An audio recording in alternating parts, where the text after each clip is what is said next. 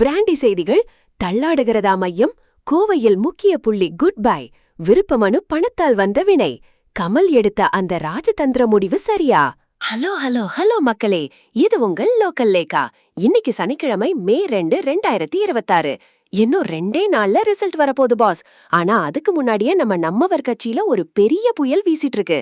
திமுக கூட்டணியில சீட் கிடைக்காதது ஒரு பக்கம் இருக்க, இப்போ நிர்வாகிகளும் ஒவ்வொன்னா கழண்டுக்க ஆரம்பிச்சிருக்காங்க. இதோ அந்த 7 அதிரடி மையம் அப்டேட்கள். மக்கள் நீதி மையத்தின் தற்போதைய சூழல். 7 முக்கிய தகவல்கள். போட்டியே கிடையாது. இந்த 2026 தேர்தல்ல மையம் ஒரு சீட்ல கூட போட்டியிடல பாஸ். திமுகவுக்கு நிபந்தனையற்ற ஆதரவுன்னு கமல் சார் அறிவிச்சது தொண்டர்களுக்கு பெரிய ஷாக். பணம் திரும்புமா? எலெக்ஷன்ல நிக்கணும்னா ஆர்வமா ரூபாய் 50,000 கட்டி விருப்ப மனு கொடுத்தவங்களுக்கு இன்னும் அந்த பணம் முழுசா போய் சேரலையாம். இதனால நிர்வாகிகள் செம்ம டென்ஷன்ல இருக்காங்க. கோவையில் அதிர்ச்சி.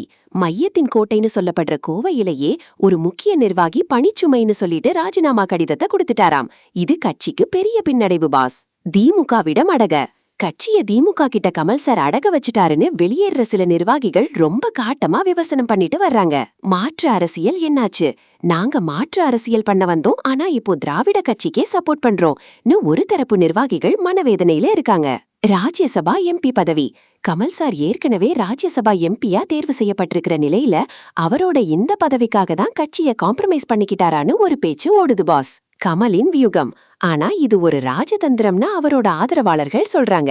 வாக்கு வங்கிய சிதற விடாம இருக்கவும் எதிர்காலத்துல பலமான சக்தியா வரவும் இது ஒரு நிதானமான முடிவுன்னு அவங்க வாதிடுறாங்க.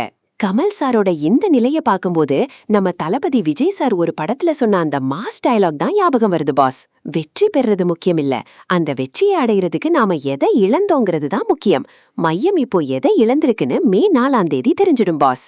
கமல் சாரோட இந்த வியூகம் பலிக்குமா? மையம் மீண்டும் பழைய வேகத்தோட எழும்புமா? உங்க கருத்து என்ன? கமெண்ட் பண்ணுங்க. தமிழகத்தின் பரபரப்பான தேர்தல் களம் மற்றும் மே 4 தேர்தல் ரிசல்ட் அப்டேட்களுக்கு தொடர்ந்து இணைந்திருங்கள். ஸ்டே டியூன்ட் வித் பிராண்டி செய்திகள். Stay tuned. உண்மையா லவுடா சொல்லுவோம், குயிக்கா சொல்லுவோம். This is local Lekha signing off. Keep வாட்சிங். Bye bye. ஒரு விசில் போடுங்க பாஸ்.